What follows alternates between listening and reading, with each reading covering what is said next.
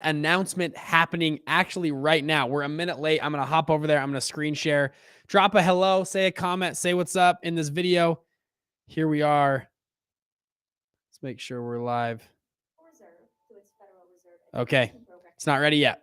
They are still doing their thing. So let's give them a few minutes. So today, if you guys haven't noticed, the markets over the last week, if you've been living under a rock, this is what's been going on. We have had, I'm going to share my screen here. Here we are. And boom, the markets have been crazy the last few weeks. We had the NASDAQ close high. It dropped 5% and then closed positive the same day. Same thing happened for S&P, for the Dow. This hasn't happened for over 20 years. That much volatility in a day. You have crypto markets down, I believe today down to 37,000. They dropped all the way to $34,000 a few days ago. Huge volatility with trading on, trying to price in the Fed doing multiple. We'll wait a few minutes for the Fed announcement. It looks like they're a little delayed on their timing. So we'll wait a few minutes before they come on live. Let me pull this back up.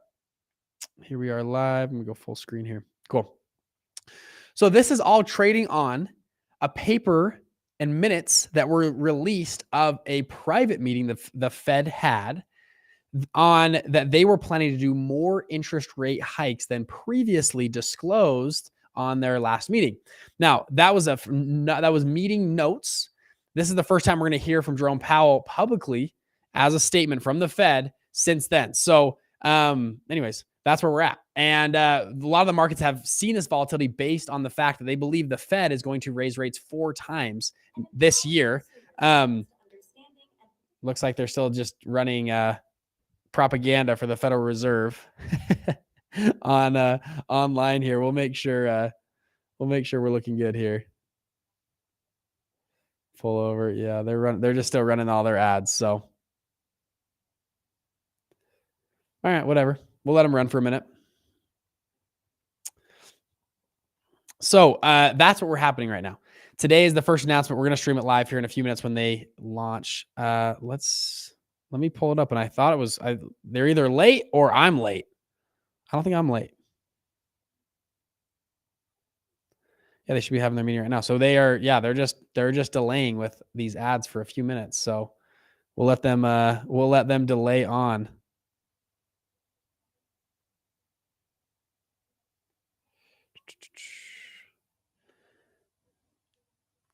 Yeah, this is what I'm seeing right now over here. So you guys can watch with me. Yeah, they're just putting these ads on. So my predictions. Now, market this morning tried to price in what's going to happen on this meeting. You saw markets do actually, I'll pull it up right now. I'll just pull it on my phone. Actually, we can just look up here.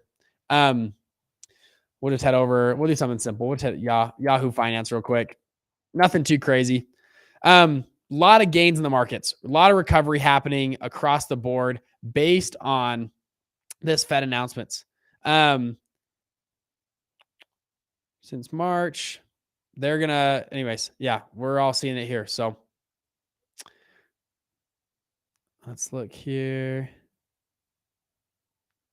They are still just here. So we'll see if they come on live in just a few minutes. 2%.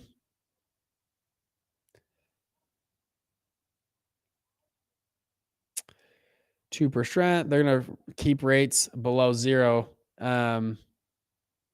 Is what he puts here on his article.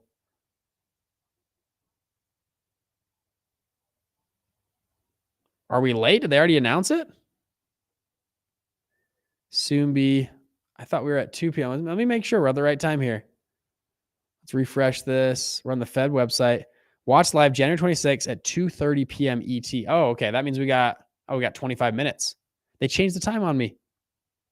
Pushed it back half hour. All right, maybe we'll have to hop on in a few minutes to be live again. All right, that's what we'll do. We'll hop on in about 25 minutes. It looks like we're going to have to wait a few minutes here. Huh. Yeah, I thought it was anyway. I saw 2 o'clock this morning when I looked it up. 2 o'clock Eastern. And they're just going to run ads for a little bit for their thing. All right, well, I'm not going to make you guys sit around here. We'll wait for a second. 20 minutes. All right, we'll come back in 20 minutes. See you then, guys. Peace out.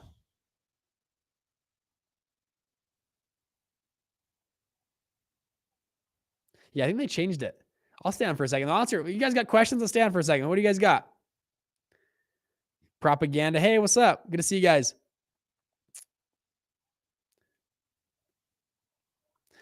Tell us about how daddy made you. Okay. It's a personal question. Um, actually, on that note, a lot of people have been, if you guys don't know my story, you can guys go see our other videos, but I have still never got my dad to invest in anything I've ever done. Still. Like I told that story like a year ago on our channel or whatever. As some of you guys know, I in college, I launched my first fund. I went and pitched my dad. You know, he's ran multiple funds before. I went and pitched him. I didn't know he had all this money. And my dad said, no, he said, you got to go figure this out on your own. So I went, I was 22 years old. I went and found all this money from investors, raised my first fund when I was 22 years old. And we launched it. We got going. Our first group of investors got an awesome return. And then, anyways, my dad never invested. We launched our second fund. That one did really well. I actually sold that fund in March of this last year. And now I do a lot of syndications. I have real estate projects we're doing. We're launching a new fund right now. Still have never got my dad to invest. Literally yesterday, 2 days ago, I got pitched this new venture idea. I'm looking to invest some of my money into it. I'm like, Dad, you want to get into this? It's not even my deal. Just co-invest. Like, do you want to get in? Nah, he's good. So anyways, it's pretty funny. Meanwhile, can you explain how the Fed affects markets for beginners? Yes, actually, it's a great topic. We have another video on this, but hey, we'll just stay on. We'll just stay on live because we got a few minutes here. It looks like for people that are hopping on, we got a few minutes till the Fed. They changed the time. Can somebody confirm for me? They totally changed the time. Anyways, so the Fed, why does this mean so much? In the past, in my opinion, it hasn't been such a, yes, it's a big deal what they do and move, but it's not as like, it feels like it's become more and more crucial what Supreme Leader Jerome Powell says. The guy freaking runs the world. And I just feel like it wasn't like this back in the 80s or 70s or 60s or whatever. Now, so let me take you a little history lesson. In the 70s, we had big inflation. So 1970, is it 73? 1973, Nixon takes us off the gold standard. I believe it's 73. Anyways, you guys correct me. I'm not going to, don't quote me on that. 70, it's 72 or 73. Anyways, takes us off the gold standard. We experienced in the United States, very big period of inflation for the next 8 to 9 years through all the end of the 1970s to the early 80s, where we had a big recession in the early 80s. Through this inflationary period, it's crazy. There's actually there's a full website called WTF happened in 1970. Oh, it's 1971. Okay, there we go. This is the freaking cool. Like, you guys ready? Here you go. What WTF happened in 1971? This website is actually very fun to look through. It's just huge. Okay, so you can go right here. 1971, 72. This is when Nixon takes us off the gold standard. You have hyperinflation. You can see growth in productivity and hourly compensation. They just have graphs. Okay, real GDP, wages. Look at how correlated they are and how they split all at 1971. Income gains. I mean, you can just look over. They have so many graphs, right? Happen. Look at these. I have this huge peak that happened. It's gone all the way down for. This is shares of gross domestic income. Income conception at the top has risen sharply since 1970s. Income share of top 1% relative to the bottom 90%. Fast progress. Average black income as percentage of average white income grew a lot and then has slow or no progress. Anyways, this whole website just posts charts. Kind of a fun website. WTF happened in 1971. So the Fed, though, back to the topic. Where are we at here? We're still waiting. We're still waiting for their thing. All right, we'll come back here. So the Fed has a few levers it can pull to help regulate. And the two big things, they want to regulate the U.S. dollar, and they're in charge of regulating the U.S. dollar. Number two, they want a strong labor market. So one of the biggest things with COVID that's been interesting is people don't want to work. I mean, obviously, because they've been incentivized not to work, they get a paycheck if they are not working. And so, anyways, that's one of the biggest things one of the biggest measures they track. And then secondly, they can do what's called quantitative easing, where they, in this last 18 months, and they've done this before, where the Fed they can do stimulus. That's one thing they can do.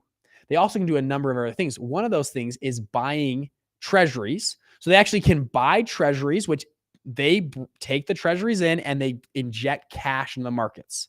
Additionally, They can buy, I didn't 50 years ago, 70 years, the Fed was not doing this. The Fed right now owns something like 20,000 equities.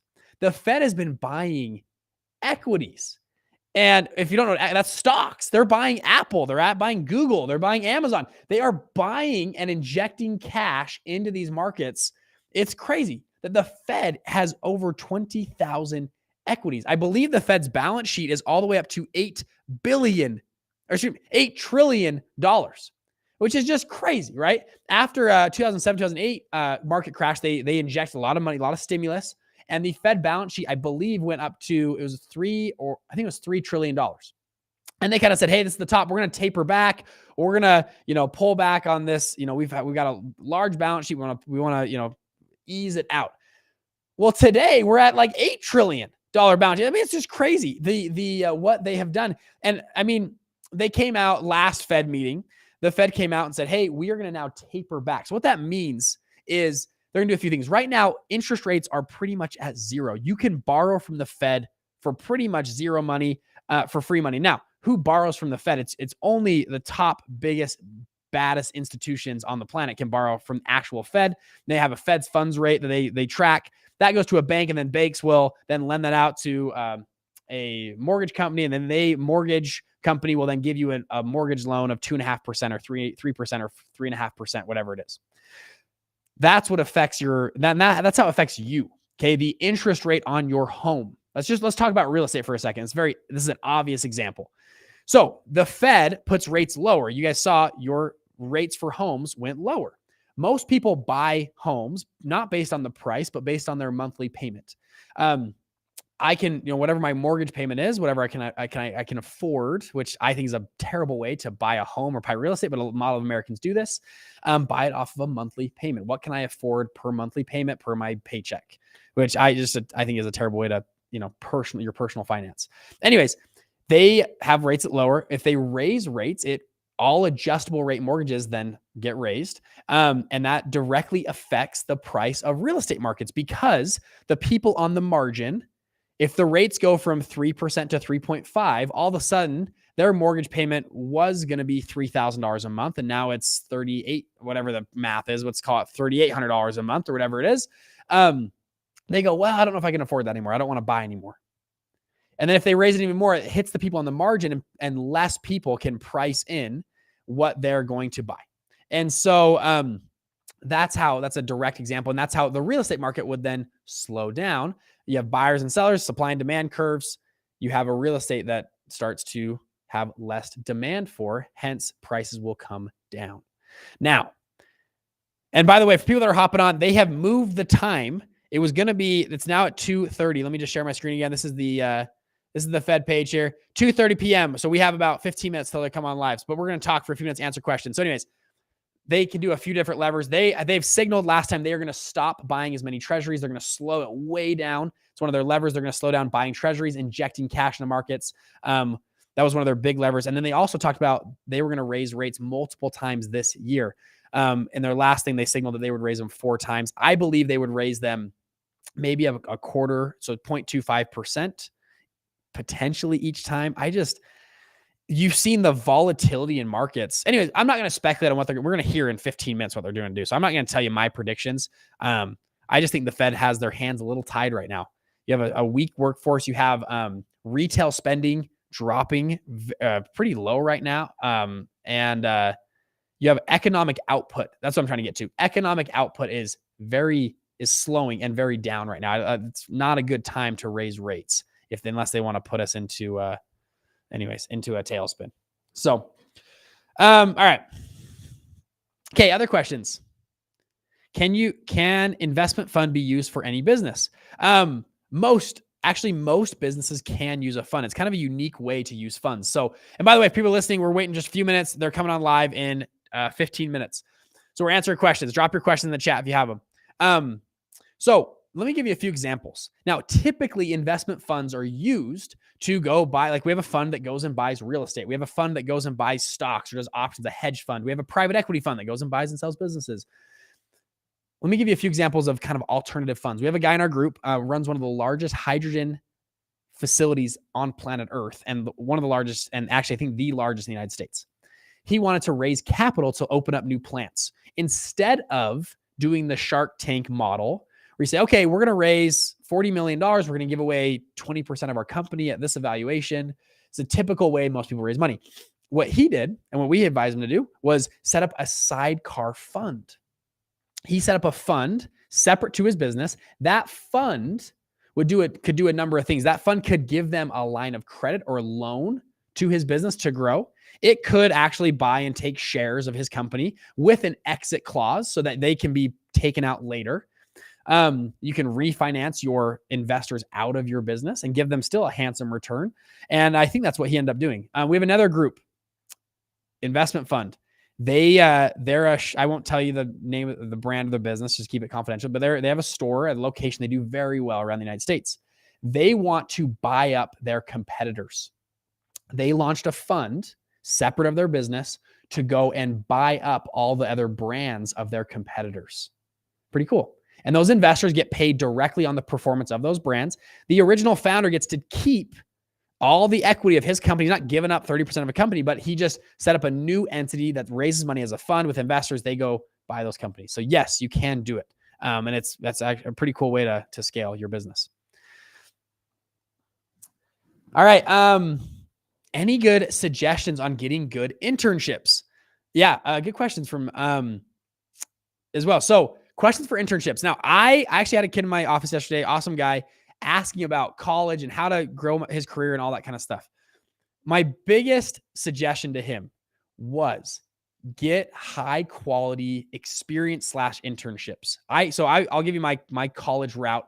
I took on purpose less credits in college. So I was in college. Most kids were taking 14 to 15 credits at my university. I took 11 or 12 credits. I took 1 or 2 less classes so that I had time to start businesses. I started 6 businesses my first 2 years of college, and they were all sorts of businesses. I did whatever was, and we can talk more about that. I did Chinese tutoring. We had a Chinese tutoring company. I wholesaled 2 houses. I built websites for people. We did a Forex thing. Anyways, we had all sorts of stuff. And one of my favorite things though is it's the best thing ever. Everyone loves to help college students. Everybody, even myself included. If you're in college and you reach out to me and you're like, yo, I'm in college. And this is back to the question, how do you get good internships or get those connections? Be someone, this is networking 101, be someone that people want to connect with. Be someone that people want to meet. So in college, my strategy was, because I knew I was at a university, I said, you know what? There's probably going to be in my class a couple guys or gals that are going to end up being billionaires or running huge companies or, having spin-off things out of this school. If there's one nearby, I want them to think about, hey, we should invite Bridger to be on our team or board or partner with us. I wanted to be the type of person that people wanted to invite to be part of their company or business. So for me, the easiest way to do that was, number 1, get really good grades, be really smart, but there's a lot of kids that get good grades. So number 2, I had to be a mover and shaker. I had to go start businesses and show I'm not just a wantrepreneur. I just don't want to start businesses. I actually go out and do start businesses. Does that make sense? I'm a mover and shaker. And people love to help people already moving. The young, promising entrepreneur, everyone loves to help that person or partner with that person, whatever. And it gives you a little star over your head. So that was kind of my thought process. I then took that to going and getting jobs, internships, job shadows, all in college. It was so valuable for me. And I got a bunch of amazing internships. And I would reach out because I stood out as an applicant. Yeah, these internship, let's just use that as an example. They get tons of applicants from Harvard and Wharton and whoever. They have good grades. They're good, good pencil, they check the boxes. They very rarely get an application that, I've got good grades, but also, hey, this kid started 3 businesses. He's made over $50,000 his first year in college. Do you want to interview that kid? And they're like, yeah, let's bring him in. And I would walk in and be like, yo, what's up? Yeah, I'm smart. I'm not as smart as the Harvard guys, but I'm pretty decently smart, but also I freaking get stuff done. There's Ivy League grads are a dime a dozen. What you need is someone that can move and shake your business. Anyways, that's how I got good internships. And I reached out to people there's a whole strategy. We can talk for an hour about it, but there you go. People that are just hopping on. They are coming live in just a few minutes. Let me just show you again. They are here. This is the website right now, going live at 2:30 p.m. Eastern. We got about 9 more minutes till they're live. So this is running right now live. Once it comes on live, I'll actually bring it on live. You guys can see it all. Okay. Sounds good. I'm going to answer questions for a few more minutes. All markets right now are trying to price in everything that's going on right now. So the statement from the policy setting Federal Open Market Committee will be released at 2 p.m. Eastern following the Chairman Powell's press conference at 2:30. So anyways, that's what's going on, at least from a comment from Merrick. Okay, other questions. Let's see. I'm live from India. Shark Tank is not the model. It's a TV game show. Yeah.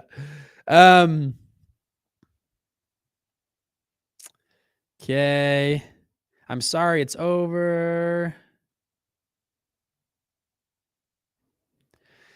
Hey, what's your best investment advice you've received until now? Good question. As far as investment, and again, this is not investment advice for you guys. I love, for my personal portfolio, I love following the 40-40-20 model. 40% of my money is in a very safe all-weather portfolio, which actually this week has performed very well. It's designed to perform very well. I have 40% in a very safe all-weather. This is like my long time. This is my, if the world collapses, this should still be good. Okay. 40% there, 40% in mid-tier. So I put my real estate in there, some stocks, some speculative things, in my 40% tier. And that's, again, 40% risk, but 40% reward as well, hopefully in that tier. And then 20% is my shot at glory. 20% of my investments are my moonshots. I do angel investing. I have some crazy crypto plays, NFT, whatever it is, I'm going to put in that 20%. It's my shot at glory. I got this from Dan Fleischman. I think is a great thing. I'm going to give him a shout out. He did a great job. And I actually really like that. I was already kind of doing something like that. And I kind of just solidified it for me in my brain. So they're great. That is why you don't see me freaking out. During all this market volatility, people are texting me, Bridger, oh my gosh, what should I do? My portfolio's down, like blah, blah, blah. And I'm like, dude, we're chill. We're fine. And at least I feel fine because I have strategically diversified my buckets and I'm not all in on one thing. That's the fastest way to lose your money. Even if they're the smartest person on the planet, if you go all in on one thing, there's a chance you might lose. And as a long-term personal investor, market volatility doesn't do much to me. Whenever I buy an asset, I believe in that asset for at least 5 to 10 years. I don't sell anything. I buy something, I'm like, yo, I'm in for 5 to 10 years. Ups, downs, in betweens, unless there's like fraud or something. I had one case where I sold because of fraud. I've sold a few things. There was like stuff that I didn't know about. It was truly, I invested in a company that was fraudulent. So I pulled my money, right? Besides that, I am a long-term buyer. I rarely sell. And then by the way, I'm a buyer of Bitcoin this week. I've been buying Bitcoin since 2017, 2016. I still buy Bitcoin. Where's the bottom? I don't know. I buy on the way down. I buy on the way up. I love to dollar cost average. So I think it's the best way to go about it for a person that's not going to watch the markets every single day. Now, for my fund, different. My fund has its own strategy, own niches. We trade all the time. For my personal investing, I like that 40-40-20 rule.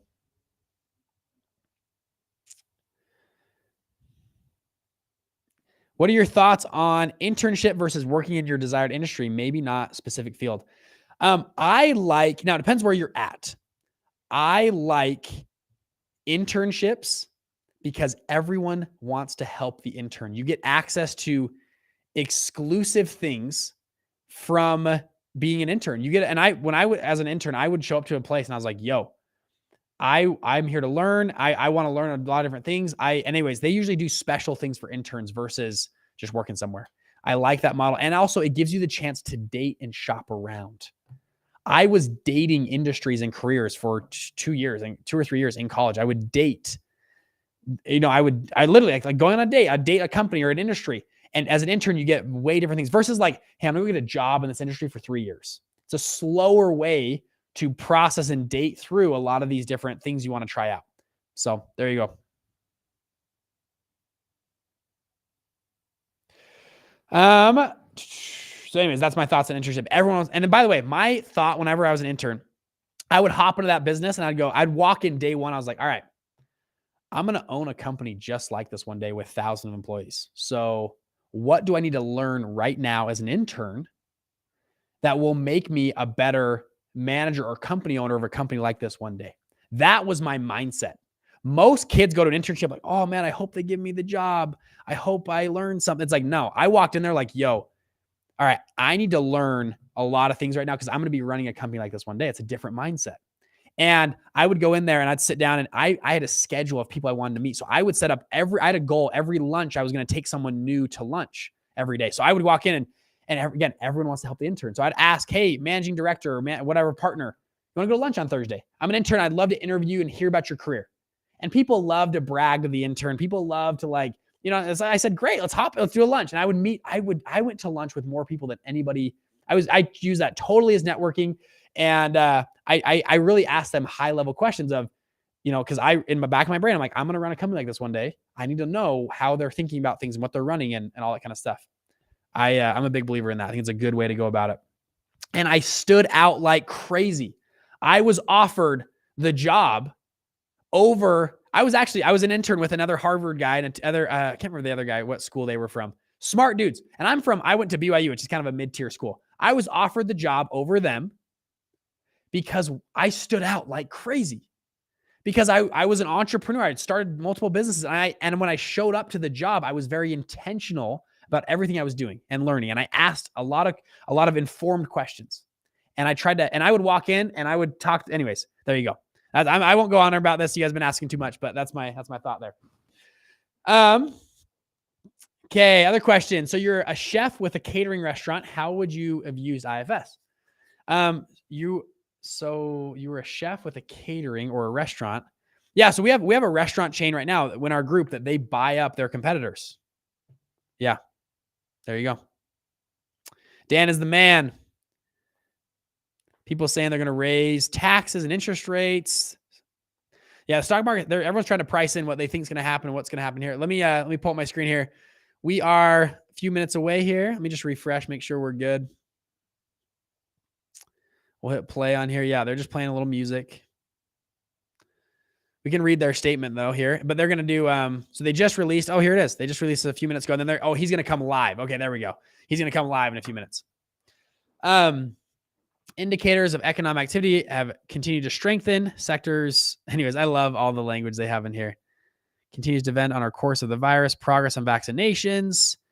Committee seeks to achieve maximum employment inflation of at least 2%. By the way, I want to say something real quick.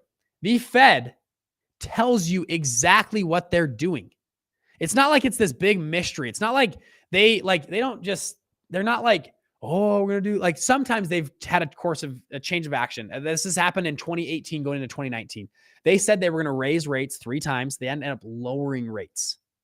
So most of the time, but they've been telling us what they want to do. They want to have inflation around 2% over the long run. Okay.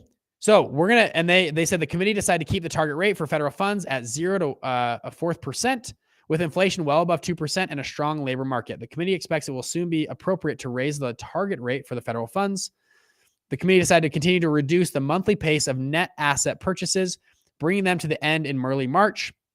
So early March, they're going to reduce the monthly pace of net asset purchases. So like I said before, they're going to stop purchasing net asset purchase. So anyways, this could be treasuries, this could be their equities, all that kind of stuff. Beginning in February, the committee will increase its holdings of treasury securities by at least $20 billion per month. Okay, we're going to increase treasury securities by $20 billion per month and agency of mortgage-backed securities by at least $10 billion per month. The Federal Reserve's ongoing purchase and holdings of securities will continue to foster. Interesting. So they have really backed down from last meeting. They were pretty strong they were going to raise rates. It sounds right now, we are going to keep target rate for federal funds at 0 to 4%. So they are backing down for last thing. And let's just see markets pumping like, let's see, people are messaging me. They're pumping like crazy. Oh, it looks like we're live. Let me go back.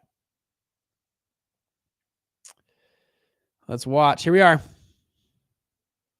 Purchases on the schedule we announced in December, bringing them to an end in early March. As I will explain, against a backdrop of elevated inflation and a strong labor market, our policy has been adapting to the evolving economic environment, and it will continue to do so. Economic activity expanded at a robust pace last year, reflecting progress on vaccinations and the reopening of the economy. Such a handsome dude. Tell you Fiscal what. and monetary policy support and the healthy financial positions of households and businesses. Indeed, the economy has shown great strength and resilience in the face of the ongoing pandemic. The recent sharp rise in COVID cases associated with the Omicron variant will surely weigh on economic growth this quarter. High-frequency indicators point to reduced spending in COVID-sensitive sectors, such as travel and restaurants. And activity more broadly may also be affected as many workers are unable to report for work because of illness, quarantines, or caregiving needs. Fortunately, Yeah, that's true. Everyone's sick that I know. The Omicron variant has not been as virulent as previous strains of the virus, and they expect that cases will drop off rapidly. If the wave passes quickly, the economic effects should as well, and we would see a return to strong growth. That said, the implications for the economy remain uncertain, and we have not lost sight of the fact that for many afflicted individuals and families, and for the healthcare workers on the front lines, the virus continues to cause great hardship. The labor market has made remarkable progress, and by many measures is very strong. Job gains have been solid in recent months, averaging 365,000 per month over the past 3 months. Over the past year, payroll employment has risen by 6.4 million jobs. The unemployment rate has declined sharply, falling 2 percentage points over the past 6 months. Wow, that's good. To reach That's really 3.9% in December. The improvements in labor market conditions have been widespread, including for workers at the lower end of the wage distribution, as well as for African Americans and Hispanics. Labor demand remains historically strong. With constraints on dude, labor, everybody's hiring, dude. are having difficulties filling job openings. Exactly. And wages are rising at their fastest pace in many years. While labor force participation has edged up, it remains subdued, in part reflecting the aging of the population and retirements. In addition, some who would otherwise be seeking work report that they are out of the labor force because of factors related to the pandemic, including caregiving needs and ongoing concerns about the virus. The current wave of the virus may well prolong these effects. Over time, there are good reasons to expect some further improvements in participation and employment. Inflation remains well above our longer run goal of 2%. Yeah, it does. Yep. Supply and demand imbalances related to the pandemic and the reopening of the economy have continued to contribute to elevated levels of inflation. In particular, bottlenecks and supply constraints are limiting how quickly production can respond to higher demand in the near term. These problems have been larger and longer lasting than anticipated, exacerbated by waves of the virus. While the drivers of higher inflation have been predominantly connected to the dislocations caused by the pandemic, price increases have now spread to a broader range of goods and services. Wages have also risen briskly, and we are attentive to the risks that persistent real wage growth in excess of productivity could put upward pressure on inflation. Like most forecasters, we continue to expect inflation to decline over the course of the year. We understand that high inflation imposes significant hardship, especially on those least able to meet the higher costs of essentials like food, housing, and transportation. In addition, we believe that the best thing we can do to support continued labor market gains is to promote a long expansion, and that will require price stability. We're committed to our price stability goal. We will use our tools both to support the economy and a strong labor market and to prevent higher inflation from becoming entrenched. And we'll be watching carefully to see whether the economy is evolving in line with expectations. The Fed's monetary policy actions have been guided by our mandate to promote maximum employment and stable prices for the American people. As I noted, the committee left the target range for the federal funds rate unchanged and reaffirmed our plan announced in December to end asset purchases in early March. So no changes to interest In light rates, of the remarkable progress just we've ending seen in the labor purchases. market and inflation that is well above our 2% longer run goal, The economy no longer needs sustained high levels of monetary policy support. That is why we are phasing out our asset purchases and why we expect it will soon be appropriate to raise the target range for the federal funds rate. Of course, the economic outlook remains highly uncertain. Making appropriate monetary policy in this environment requires humility, recognizing that the economy evolves in unexpected ways. We'll need to be nimble so that we can respond to the full range of plausible outcomes. With this in mind, we will remain attentive to risks, including the risk that high inflation is more persistent than expected, and are prepared to respond as appropriate to achieve our goals.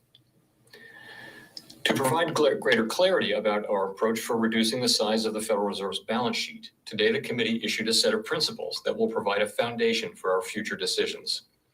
These high-level principles clarify that the federal funds rate is our primary means of adjusting monetary policy, and that reducing our balance sheet will occur after the process of raising interest rates has begun. Reductions will occur over time in a predictable manner, primarily through adjustments to reinvestments, so that securities roll off our balance sheet. Over time, we intend to hold securities in the amounts needed for our ample reserves operating framework. And in the longer run, we envision holding primarily Treasury securities. Our decisions to reduce our balance sheet will be guided by our maximum employment and price stability goals. In that regard, we will be prepared to adjust any of the details of our approach to balance sheet management in light of economic and financial developments. The committee has not made decisions regarding the specific timing, pace, or other details of shrinking the balance sheet. And we will discuss these matters in upcoming meetings and provide additional information at the appropriate time. Good luck shrinking that balance sheet. Oh, man. We understand that our actions affect communities, families, and businesses across the country. Everything we do is in service to our public mission. We at the Federal Reserve will do everything we can to achieve our maximum employment and price stability goals. Thank you. I look forward to your questions. All right. Well, there you go. They're not moving interest rates. They're going to try to shrink the balance sheet. We'll open up some of these questions as well. I said the Fed, though, I'm going to make a comment before they go on. I'm going to even pause this for you guys so you have it. The Fed, they cannot move interest rates. I think the last month they were planning on raising rates 3 or 4 times this year, and some big player and whoever it was didn't want to take a haircut. They don't want to take a haircut, and they saw this volatility this week and said, you know what? The Fed just said we're backing down. You know what? You guys aren't ready for raise. And a lot of people, there's 2 sides of the coin. It's like, you know what? Just let it keep running, right? We'll just let this run. And that's what they're kind of saying. We're going to slowly taper back our balance sheet and our asset purchases, but we're not moving interest rates because the world just freaked out if we were going to move interest rates and try to reprice that in. But also, you know, there's another group that can't, like, we need strong monetary policy. We need monetary policy to pull back this rampant inflation before it gets too out of control. And it looks like, I mean, they just told us that they decided to say, you know what, we're not willing to take the risk, the political risk, the whatever risk. We want to just keep things running just nice and smooth, whatever. And we'll go for there. Pretty interesting. Let's hear some of these questions. See what they got. Sorry for the audio, by the way. I forgot to pipe it in. Anyways, we're just using the mic audio. Over 2% target, much higher than it was at that time. And these differences are likely to have important implications for the appropriate pace of policy adjustments. Beyond that, we haven't made any decisions. So no decision there. Let's see the next question here. Thank you. Let's go to Victoria Guida at Politico. Hi, Chair Powell. I wanted to ask, you were talking about the health of the labor market, and I'm curious whether you would characterize where we're at right now as maximum employment, and also along those same lines, obviously rate hikes on the table this year. Do you think that the Fed can raise rates, bring inflation under control without hurting jobs and wages? Sorry, just getting close up. Had an important note to put down. So I would say, and this view is widely held on the committee, that both sides of the mandate are calling for us to move steadily away from the very highly accommodative policies we put in place during the challenging economic conditions that the economy faced earlier in the pandemic. And I would say that most FOMC participants agree that labor market conditions are consistent with maximum employment in the sense of the highest level of employment that is consistent with price stability. And that is my personal view. And again, very broad support on the committee for the judgment that it will soon be appropriate to raise the target range for the federal funds rate. The other thing is maximum employment will evolve over time and through the course of the business cycle. In the particular situation we're in now, it may well increase. The level of maximum of employment that's consistent with stable prices may increase, and we hope that it will as more people come back into the labor market, as participation gradually rises. And the policy path that we're broadly contemplating would be supportive of that outcome as well. So the thing about the labor market right now is that there are many millions of more job openings than there are unemployed people. So you ask whether we can raise rates and move to less accommodative and even tight financial conditions without hurting the labor market. I think there's quite a bit of room to raise interest rates without threatening the labor market. This is, by so many measures, a historically tight labor market.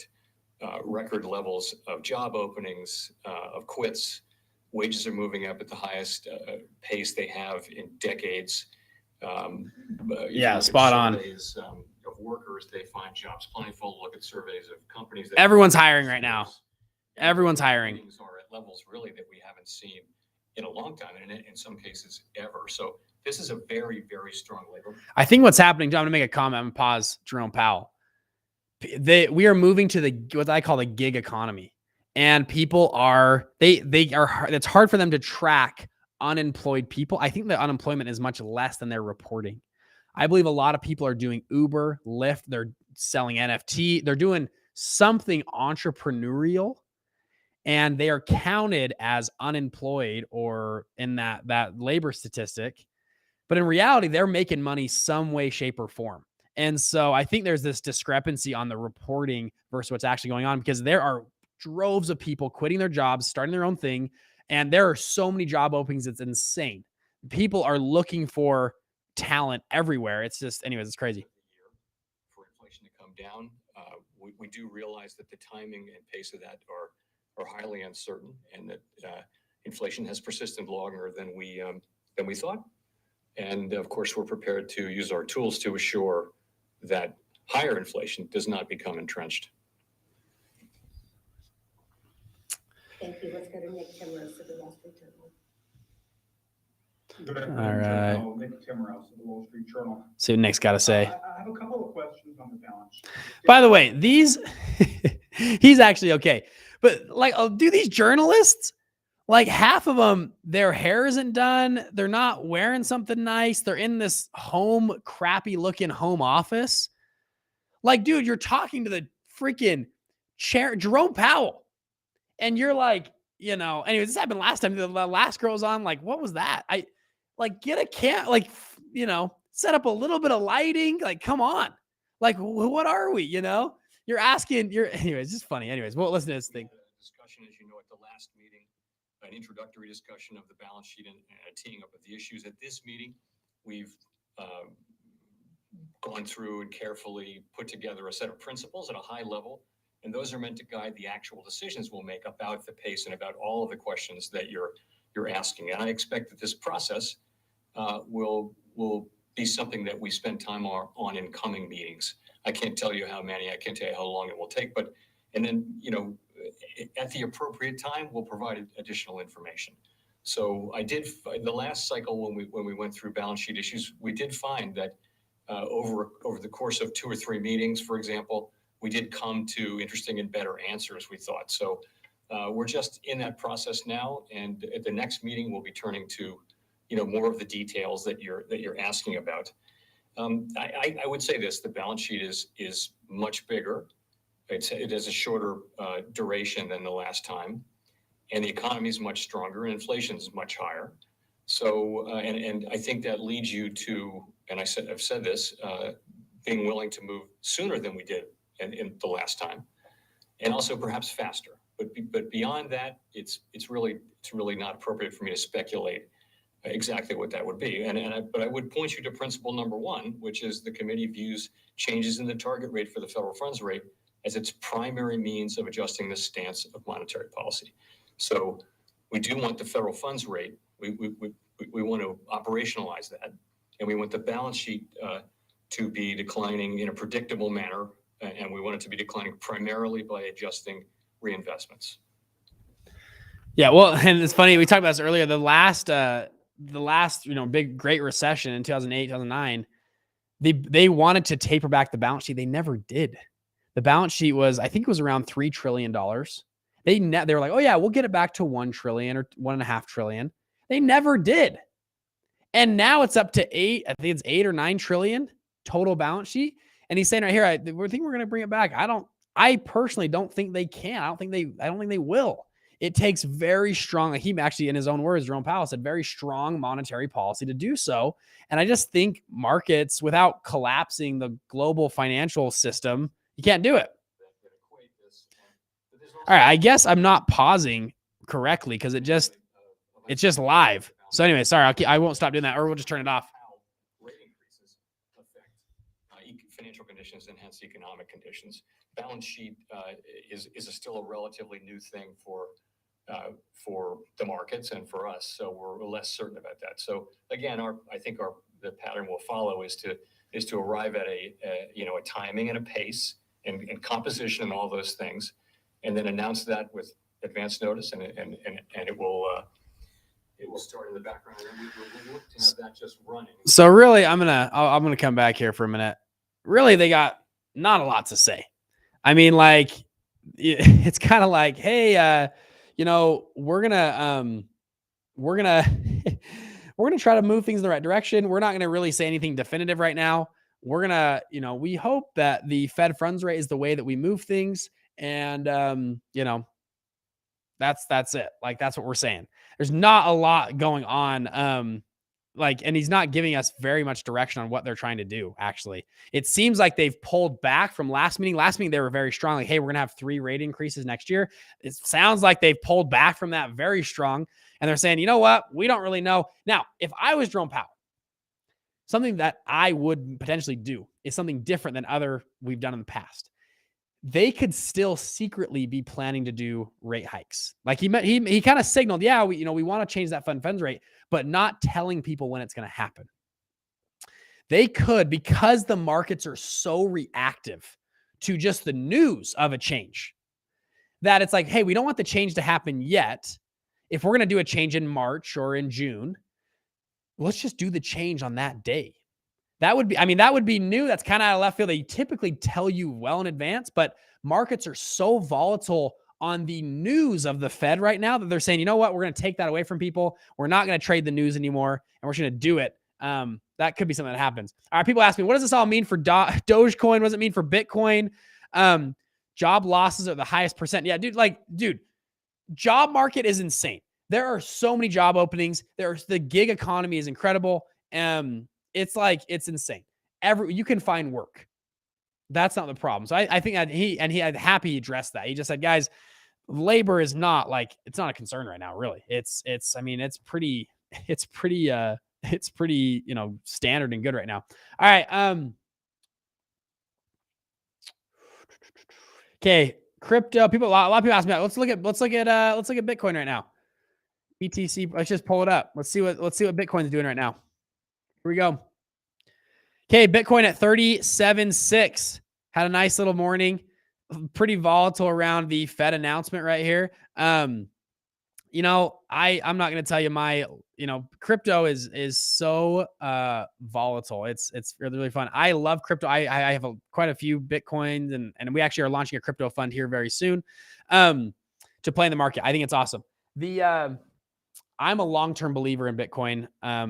I've been buying this week. I bought a ton of Bitcoin this week. I buy. I'm buying the way down. I'm buying the way up. Like, I'm always buying Bitcoin, especially on sale. I've had so many friends, Bridger, oh man, if only, this is like 3 months ago. Oh man, if only I could go back and buy Bitcoin at $35,000. That would be amazing, And then this week comes and they're like, oh man, Bitcoin's crashing. I told you so. It's a Ponzi scheme. It's like, dude, what happened to you 3 months ago? You know what I mean? And that's if you want to be a good investor, take away out emotions, find assets that you believe in. I'm talking about individual investments. Again, this is your personal investing. Find assets that you believe in truly from a fundamental level, that company or that, and I personally think blockchain is one of the best technologies we've seen since the internet for the last 20 years. I'm a big believer in blockchain. I think it's inevitable. And so when I do research on an asset, I look at it and I go, you know what? I believe this is going to become a bigger and bigger asset, whether it's Bitcoin or Ethereum or Dogecoin, whatever the coin is, or it's DAOs or it's smart contracts or it's, whatever it is.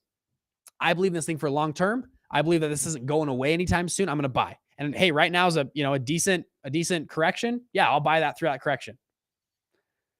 Like people are, oh, should I sell? Should I buy? Like, guys, historically, this is, a decent time to get into Bitcoin. If you believe and want to be a long-term holder of Bitcoin. And I like to dollar cost average things when I move into certain positions. So there you go. What broker do I use to buy my crypto? I use a bunch of different wallets and places. I have a Coinbase account. I'm on their beta, like Coinbase One account. So I don't pay any trading fees. It's pretty cool, actually. I have a crypto.com account. You can use for research. You can use, anyways, I won't go through the whole thing, but Pancake Swap. You can use, anyways, a lot of different ones you can use as well. Something I just learned though, this is as of last month, one of my partners taught me this, Dan Young. Every time you make a transaction between wallets, you want to sever those connections. With the Squid Games coin stole tens of millions of dollars. And the way they did it was anyone that bought the Squid Game coin, they could reach in their wallets and wallets attached to that wallet and pull money out of those accounts. It's crazy. And just as a word of wise for security, when you make a transfer from your Coinbase account to your MetaMask or to your whatever account, sever the connections after so that they can't tunnel back through to your nest egg account. Those gig jobs don't support households and families, though. Yeah, they do. Charles, bro. Yeah, they do. Depends on the gig. I've got multiple friends running Turo fleets right now. They have 7, 8, 10 cars of Turo cars. They make $7, $10, $15, $20,000 a month. That's net to them. They'll definitely support house. That if they weren't supporting a household, that people wouldn't do it. If you weren't making enough money and having enough time on your hands doing whether it's DoorDash or Turo or whatever it is, or you're launching your own business or whatever, if it wasn't enough to support your household or your family, you would stop doing it after so many months, right? By definition, the reason they're doing it is for most people, right?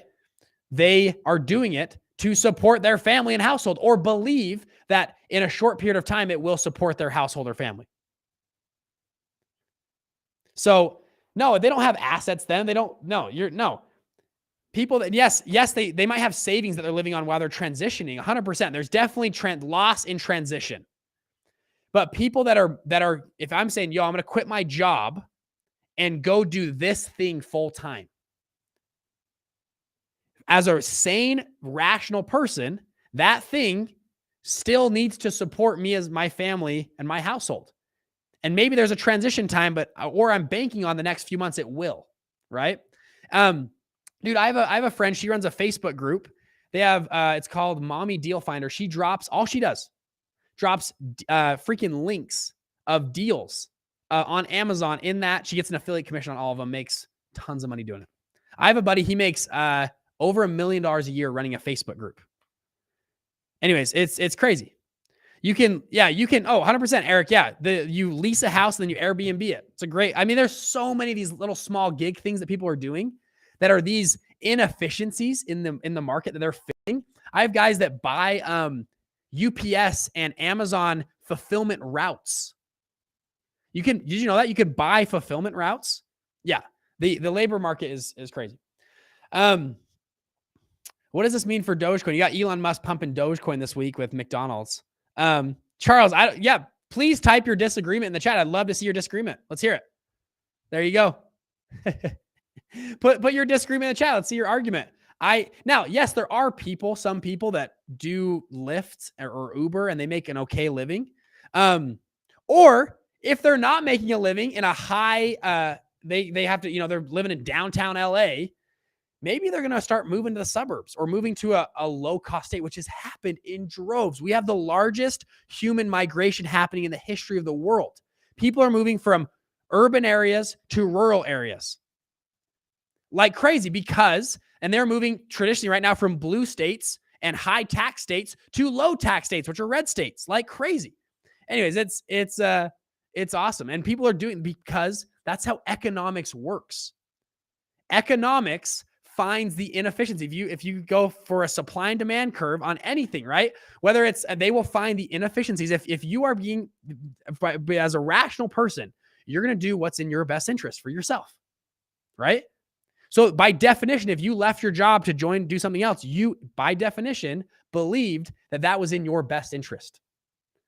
So anyways. All right. Anyways, I'm rambling on here. Aman, you want a shout out, bro? You got a shout out. There you go, Aman.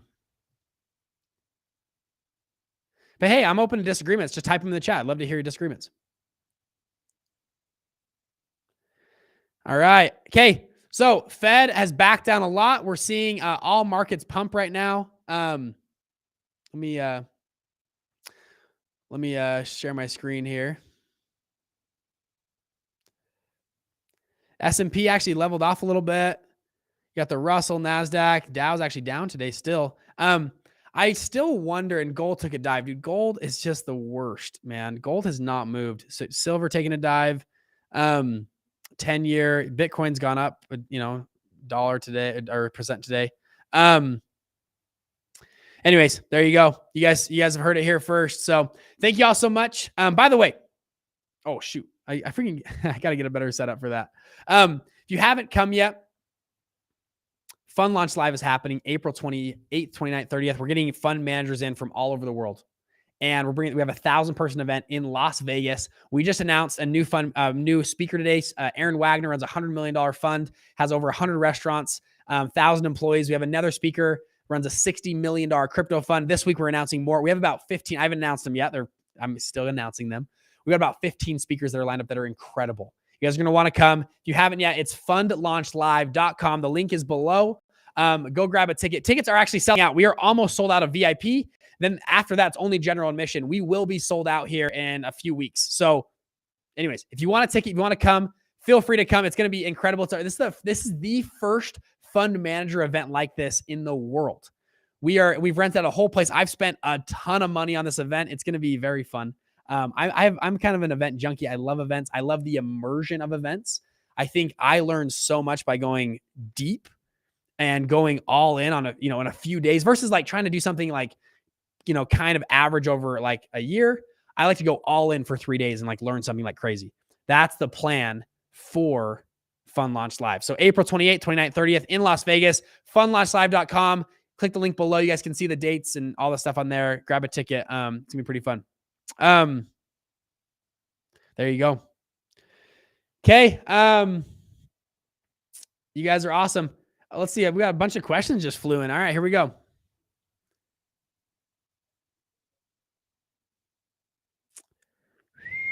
I like some of these questions. What's the reason that so little institutional investors are investing in crypto funds in the US? I believe it's only 300 active investors in the US.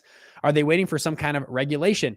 I believe so. I think they are waiting for regulation. The Bitcoin NFT was big actually for institutions because a lot of institutions have actual mandates. They have bylaws that say what they can and can't invest into. A lot of those institutions are not allowed by their definition to invest into cryptocurrencies. And so that's why a Bitcoin ETF or other things like that was huge, because some of these institutions were allowed to buy ETFs and so that they could start moving into the crypto space. That is also another big reason why crypto has such big potential to blow up. Institutions they've all signaled. You have Goldman Sachs, JP Morgan, Credit. They've all signaled they want to get into crypto. They want to get into the space. They just haven't done it yet. And so I think that's a huge play, a long-term play for crypto in general, is that a lot of institutions, I mean, the entire cryptocurrency market is like, after this crash, like $1.5 trillion. That's half the size of Apple. It's insane. Like we are so small right now. It's crazy. We are so small. So yeah, we have a lot of space to go. All right.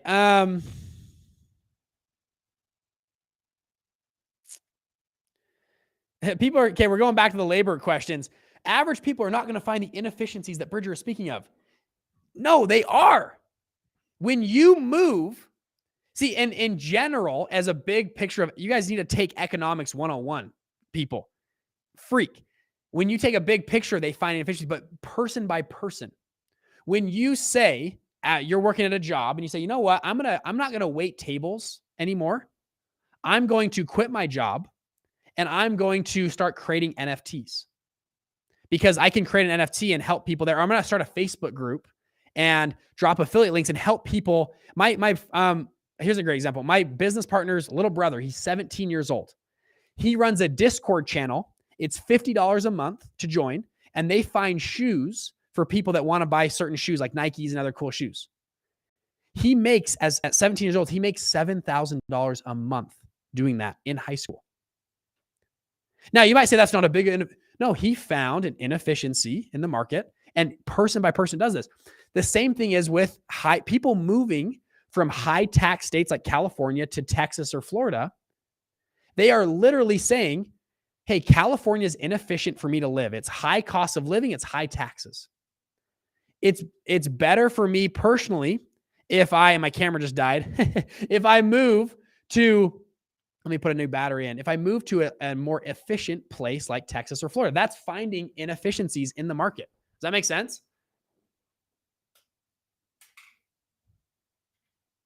Economics comes down to day by day drivers. It's crazy. Like that's what it comes down to.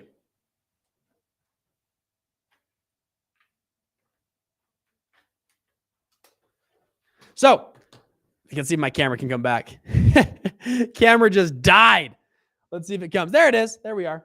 This has got a little juice in it. So anyways, that's what's happening there. The inefficiencies are small. The same thing is true with let's just talk Uber or Uber Eats, right? They are saying by definition, hey, I would rather spend my time and energy doing this job over this one because it's more efficient for my life. It gives me more time with my family and kids. It gives me a more controllable income. I can work when I want. I don't have to work when I don't want to. By definition, they are going to a more efficient process.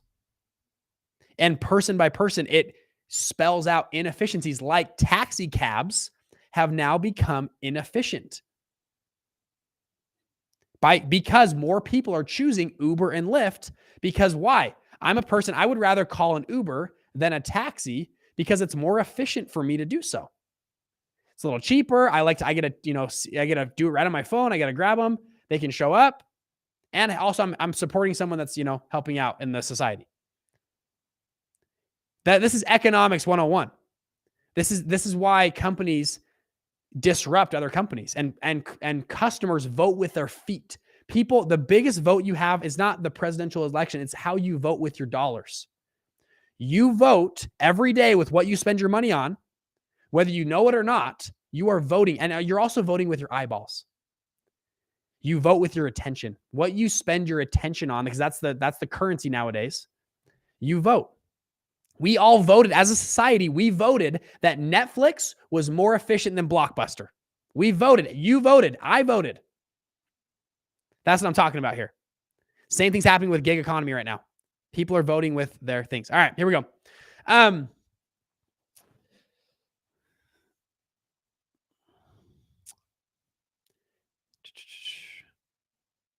Let's see.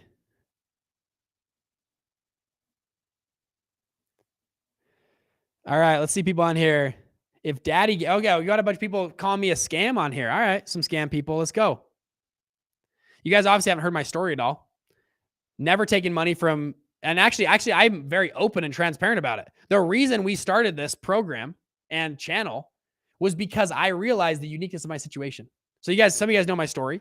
My dad, I didn't know this growing up. We grew up in an average house. My dad was running a $10 billion fund. I didn't know this. He with a bunch of partners and everything, $26 billion of real estate. It was crazy. I learned this, and my dad sat down and taught me how it works, the whole thing. I was in college, started all these businesses, and I was like, shoot, I'm going to do this. And I pitched my dad for money. My dad says no. To this day, my dad has still never invested any deal, anything I've ever done. I went and launched my first fund when I was 22, launched another fund when I was 24. We just sold that company last March for a good exit. And then now we're launching a bunch of other things. And then I said, you know what? We got a lot of people asking us. My brother, by the way, is a securities attorney for funds. So between the three of us, we have a really unique situation. And I understand that's a unique position. We have my dad, we have my brother, and myself. And so I said, you know what? I bet other people want to learn about this. That's why we started this channel. So we started all of our stuff. And so, because again, there was an inefficiency in the market. No one was talking about funds. So we said, you know what? Let's put this together. And we put together this whole program and course. And we said, you know what? We'll help people do this. People wanted to work with me directly, or my brother or my dad, whoever. And we said, you know what? You can come in. We'll help you launch your whole fund. Yeah. And actually, I have 2 more funds we're launching right now. We've raised about $15 million for our crypto fund. We have another real estate fund we're launching as well. So there you go. Still, my dad has still not invested. There you go. And then if the proof's in the pudding. So we've done this for 2 years. We have about 4,000 students. We have 2 student funds over $100 million each. We've helped, and then I've consulted on a number of other funds that are over $100 million or near $100 million. We have one student fund that's $2.5 billion. And we have countless of testimonials over and over and over again. We have a handful of funds between $10 and $30 million, and I don't know how many funds between 0 and $1 million. It's crazy. It's really cool to be a part of. And if you guys know, we have a free course on funds. If you guys want to go check it out, it's 100% free. Go check it out. investmentfundseekers.com/free gift. You can go, proofs in the pudding. Go watch it. It's 100% free knowledge to you. We then sell, and the reason we sell courses is because people who pay attention. And actually it kicks out people who are tire kickers. So we have a $2,000 course that we've had. We actually are in the top 1% of all courses ever created. That course, that 2000, it's called our mastermind program. And then we had more people that wanted to learn about and actually work with me directly. So now we have 8 coaches that are all either ran funds or worked in high level in funds that have come, and they give some of their time part-time to coach and mentor our group. So we have about 250 people in that. That's our black card program. And we help people all the way up, which is kind of cool. There you go. Proofs in the pudding. There you go. Go read our testimonials. There you go. Yeah. And by the way, we have about 10 fake Instagram accounts. So actually, you might have been hit by a fake Instagram account, by the way. And just so you guys know, if you guys can help me out, we literally have 10, I think it's 10 fake Instagram accounts. They are copycatting and spamming my people. And if you guys, Instagram doesn't do anything. And so anyways, if you guys can go report them, it'd be awesome. Anyways, that's kind of the story. There you go. Investment fund secrets. That was our whole thesis and plan. And it's been really cool. We've helped these incredible entrepreneurs, and I couldn't sleep at night if we weren't actually delivering huge value to people. And by the way, that's why I give away free content. We have we have an event we're doing.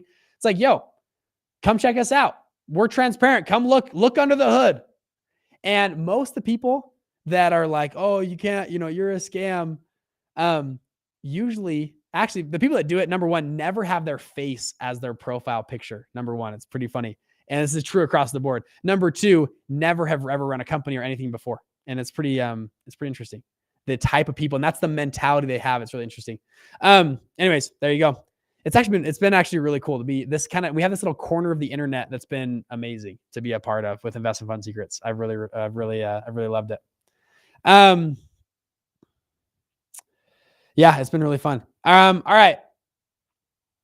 So let's see other questions here. All right. So that's kind of the thing. We've been on live for an hour. That's the Fed announcement. We'll see what happens going forward. There you go.